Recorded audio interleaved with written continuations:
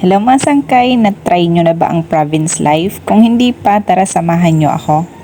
For today's video, ipapakita ko sa inyo yung thrill ng pagpunta sa bukid. Una, sumakay ako dito sa motorcycle at kakaiba nga yung motorcycle na tumasangkay kasi imbis na nakaangkas sa likod, meron siyang mga extension sa gilid.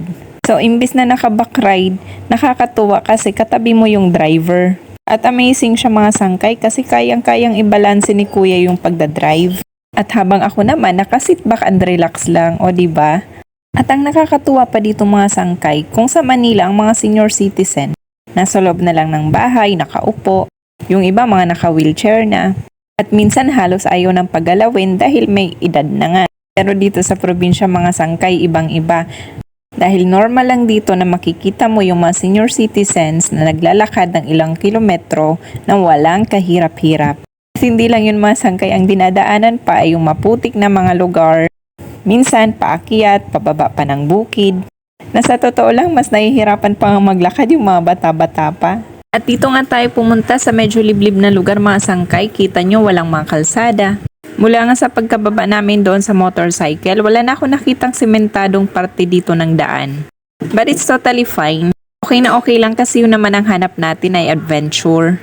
At karamihan sa amin nagpaana lang para hindi dumikit doon sa maputik na parte ng daan. Lahat kami masaya sa adventure na to, pinawisan na kami. And this is really good for our health. Inhale, exhale. Damang-dama namin yung freshness ng paligid, very nature friendly. Ikaw ba naman sangkay mapunta ka sa isang lugar na hindi na nararating ng sasakyan? Wala na talagang usok at kahit tunog man lang ng sasakyan. Ang maririnig mo lang sa paligid ay yung mga ibon, lagaslas ng tubig galing sa ilog, at yung paggalaw ng mga dahon. Tapos mararamdaman mo yung lupa sa tuwing aapak ka. Really feels like you are connected to nature. Kung nakatouch ang paa mo doon sa ground tapos maglalakad ka na parang kinikiliti yung paa mo.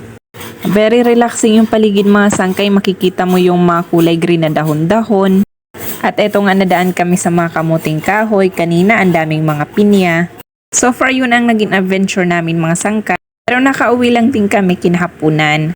Nanguha lang kami doon ng mga pinya at root crops. Pero syempre kulang pa yon, kailangan din natin ng gulay para pang ulam sa gabi.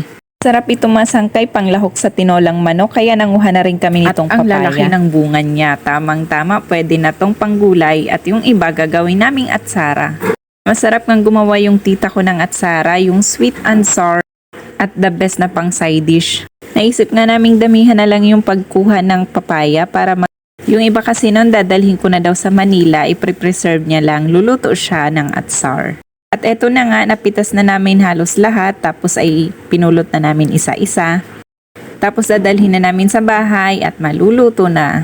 Very supportive talaga ang mga tita-tito ko sa probinsya at kahit mga senior citizen na tuwang-tuwa pa rin sila na samahan ako. Kahit ilang years ako sa Manila mga sangkay, umuwi pa rin ako ng probinsya.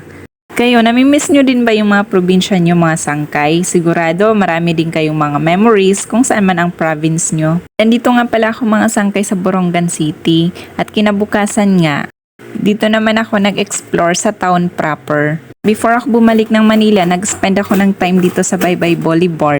And very nice ang view facing the Pacific Ocean.